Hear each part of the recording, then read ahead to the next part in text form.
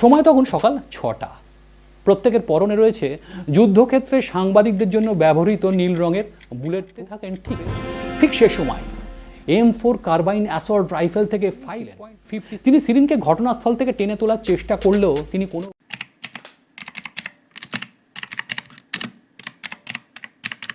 সাধারণ নাগরিকদের সপক্ষে থাকা সাংবাদিকদের ওপরে হামলা আক্রমণ মানে হচ্ছে আসলে সত্যের মুখে পড়ে সেই অপ্রিয় সত্যকে প্রতিহত করার জন্য এক নির্লজ্জ আক্রমণ। আর ঠিক সেই কাজটাই ইসরায়েলি সেনাবাহিনী করে চলেছে বলে আজ মানবাধিকারের সপক্ষে থাকা প্রায় প্রতিটি মানুষের অভিযোগটা কিন্তু দীর্ঘদিনের।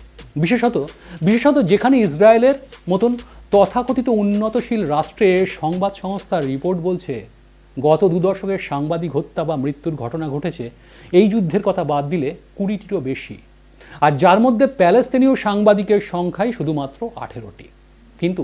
কিন্তু সেই সব অভিযোগ, পাল্টা অভিযোগ, দুর্ঘটনা কিংবা যুদ্ধের কবলে পড়ে মৃত্যু অবধি হয়তো ছুঁচো গেলার মতন করে হলেও মানুষ গিলে নিচ্ছিল।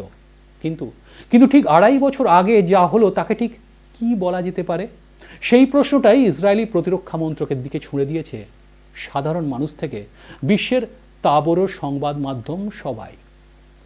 সংবাদ সংগ্রহের সময় এক নামী মহিলা সাংবাদিকের প্রকাশ্যে হত্যার ঘটনা নাড়িয়ে দিয়েছিল গোটা বিশ্বকে। নমস্কার, কিশোর ক্যাফেতে আপনাদের সবাইকে স্বাগত জানিয়ে আমি তমাল শুরু করছি আজকের এই নতুন ভিডিওটা। আর এর এক এবং একমাত্র কারণ সংবাদ সংস্থা আল জাজিরার বলিষ্ঠ সাংবাদিক শিরিন আবু আক্লের হত্যা। হ্যাঁ, একে মৃত্যু বা যুদ্ধের মাঝে দুর্ঘটনা বলতে নারাজ প্রায় প্রত্যেকে। তাহলে ঘটনায় আসা যাক। আজ থেকে ঠিক 2.5 বছর আগের কথা। প্যালেস্তাইনের ওয়েস্ট ব্যাংকের জেনিনের এক প্যালেস্তানীয় রিফিউজি ক্যাম্পে একেবারে 7 সকালে সামরিক অভিযান শুরু করেছে ইসরায়েলের সেনাবাহিনী। আর সেখানেই এই খবর সংগ্রহ করতেই হাজির আল জাজিরার আরবি সংবাদ চ্যানেলের বিশিষ্ট সাংবাদিক শিরিন আবু আক্লে। প্যালেস্তাইনের জেরুজালেমের বাসিন্দা শিরিনের সেদেশের সাধারণ মানুষের মধ্যে মাত্রাতিরিক্ত জনপ্রিয়তার অন্যতম একটি কারণ হলো তার নির্ভীক একই সঙ্গে দেশের মানুষের স্বার্থে অনুসন্ধানমূলক সাংবাদিকতা করে তা আম জনতার সামনে তুলে ধরা। সেখানে এই ইসরায়েলি সেনাদের বর্বরচিত আক্রমণ, একই সঙ্গে সংবাদ মাধ্যমের স্বাধীনতায় চূড়ান্ত হস্তক্ষেপ নিয়ে বারবার প্রশ্ন তুলেছেন তিনি। ভিডিও ফুটেজ বলছে, এহেন শিরিন সেদিন যখন ওয়েস্ট ব্যাংকের জেনিনের একটি প্যালেস্তিনীয় রিফিউজি ক্যাম্পে ইসরায়েলি হানার খবর সংগ্রহের কাজ শুরু করেছেন, সেদিন তার সঙ্গে ছিলেন তার চিত্রগ্রাহক প্রতিনিধি মানে ক্যামেরা পার্সন মজদি বানুরা এবং চ্যানেলের প্রযোজক আলী আল সামৌদি। সঙ্গে জেরুজালেমের আলকুদ নামের আর এক সংবাদপত্রের সাংবাদিক সমেত আরও অনেক সাংবাদিক সেখানে তখন হাজির। সময় তখন সকাল 6টা। প্রত্যেকের পরনে রয়েছে যুদ্ধক্ষেত্রে সাংবাদিকদের জন্য ব্যবহৃত নীল রঙের বুলেট প্রুফ প্রেস ভেস্ট, একই সঙ্গে হেলমেট। স্বাভাবিকভাবেই সেই বুলেট প্রুফ জ্যাকেটের গায়ে বড় বড় করে লেখা রয়েছে প্রেস কথাটা, যা দেখে যে কেউ অনেকখানি দূর থেকেই ঠাওর করতে পারবে, খুব স্বাভাবিকভাবেই যা দেখে অনেক দূর থেকে যে কেউ ঠাওর করতে পারবে যে এরা আসলে কারা। এবার সাধারণত এরকম একটা জায়গায় সাংবাদিকরা মোটামুটি একসঙ্গে দলবদ্ধভাবে থাকার চেষ্টা করেন, যাতে করে তাদের দেখে সেনাবাহিনীও বুঝতে পারে এরা সংবাদ সংস্থার প্রতিনিধি। এতক্ষণ সেটাই ছিল। শিরিনও ছিল অন্যান্যদের সঙ্গে, কিন্তু কিছু সময় পর সকাল 6:30 নাগাদ শিরিন সহ আরও 2-1 যখন দলছুট হয়ে নিজেদের মতন করে সংবাদ সংগ্রহের কাজে রাস্তার ধারের ফুটপাত ধরে হাঁটতে থাকেন, ঠিক সে সময় M4 কার্বাইন অ্যাসল্ট রাইফেল থেকে 5.56 ক্যালিবারের একের পর এক বুলেট ছুটে আসতে থাকে তাদের দিকে। শিরিনের সঙ্গে থাকা সংবাদ সংস্থার 2-1 কর্মীর গায়ে বুলেট লাগলেও তারা আহত হন, কিন্তু এই বুলেটের মূল টার্গেট যেন ছিল শিরিন আবু আক্লে। কারণ কিছুটা অদ্ভুতভাবে নিখুঁত নিশানায় গুলিটি তার সমস্ত বুলেট প্রুফ জ্যাকেট, হেলমেটকে এড়িয়ে লাগে মাথায়। ঘটনাস্থলেই তার মৃত্যু হয়। উল্লেখ করার মতন বিষয়, সে সময় শিরিনের এক সহকর্মী সাংবাদিক সাতা হানাসা, যিনি সে সময় তার সঙ্গেই ছিলেন, তিনি শিরিনকে ঘটনাস্থল থেকে টেনে তোলার চেষ্টা করলেও তিনি কোনোভাবেই সেই সুযোগটা পাচ্ছিলেন না। কারণ এমন ঘটনার পর একজন সাংবাদিক মারা যাওয়ার পরেও কিন্তু ইসরায়েলি বাহিনী তাদের গুলি বর্ষণ কোনোভাবে থামায়নি। আর অবশেষে যখন থামলো এবং সিরিনকে হাসপাতালে নিয়ে যাওয়া সম্ভব হলো, ততক্ষণে সব শেষ। গোটা বিশ্বজুড়ে ব্রেকিং নিউজ, নিহত আল জাজিরার প্রখ্যাত সাংবাদিক শিরিন আবু আক্লে। ঘটনার পর পুরো ব্যাপারটা ঘুরিয়ে ইসরায়েলের তরফে সেই সময় সেখানে প্যালেস্তিনীয়দের দিক থেকে সাংবাদিকদের তথা ইসরায়েলি বাহিনীর ওপর আক্রমণের কথা বলা হয়েছিল। কিন্তু বলা হলেও আল জাজিরা চ্যানেলের ওই প্রযোজক আলী আল সামাউদি, যিনি সে সময় শিরিনের সঙ্গে ওয়েস্ট ব্যাংকে উপস্থিত ছিলেন, তিনি কিন্তু সংবাদ সংস্থা ওয়াশিংটন পোস্টকে পর জানান, আদতে সেই সময় প্যালেস্তিনীয়দের তরফে কোনো প্রতিরোধ বা গোলাগুলি চালানোর ঘটনাই নাকি ঘটেনি। তারপরেও ইসরায়েলের তরফে এই ঘটনার দায় ঝেড়ে ফেলার সার্বিক চেষ্টা করা হয় এবং বলা হয় প্যালেস্তিনীয় বাহিনীর আক্রমণেই নাকি প্রাণ গেছে শিরিনের। নিজেদের যুক্তির সপক্ষে জোরালো সওয়াল করলেও সে কথা কিন্তু কার্যত এরপর ধোপে টেকেনি।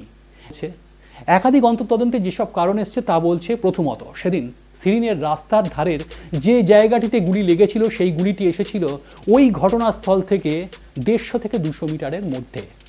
কারণ ওই ঘটনার পরেই 200 মিটারের মধ্যে দেখা গেছিল আইডিএফের মানে ইসরায়েলের ডিফেন্স ফোর্সের কনভয়। শিরিনের মৃত্যুর প্রত্যক্ষদর্শী হিসেবে সেই ঘটনার কথা বলতে গিয়ে সাংবাদিক সাতা হানায়াসা কি বলছেন? Or they want to kill us. This is why they shoot.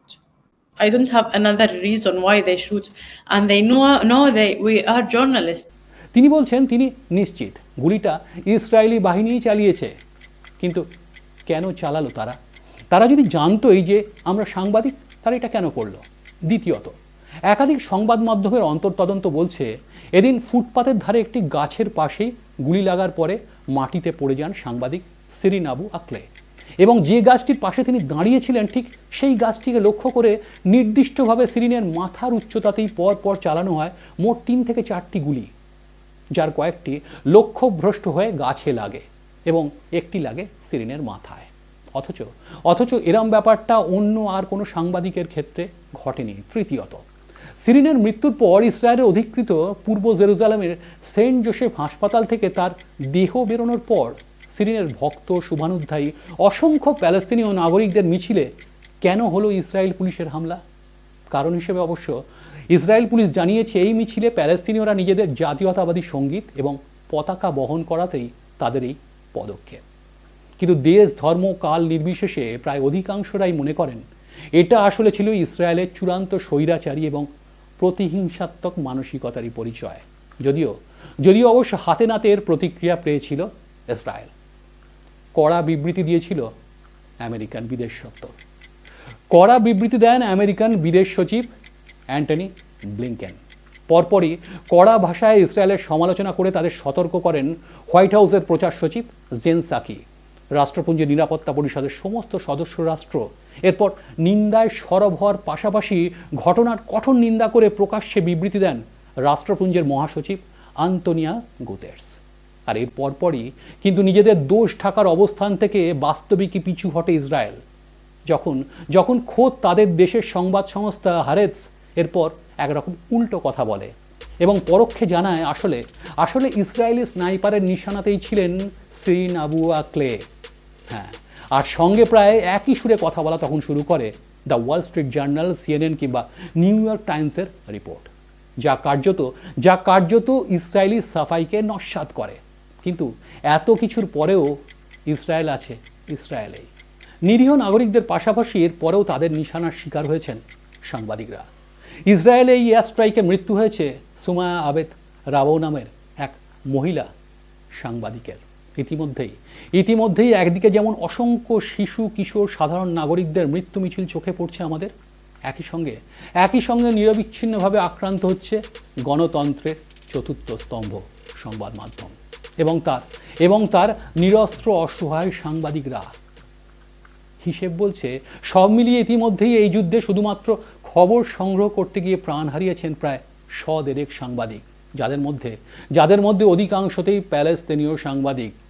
সত্যি আমাদের জানা নেই কবে থামবে প্রতিহিংসার এই রক্তক্ষয়ী দখলদারিত্ব।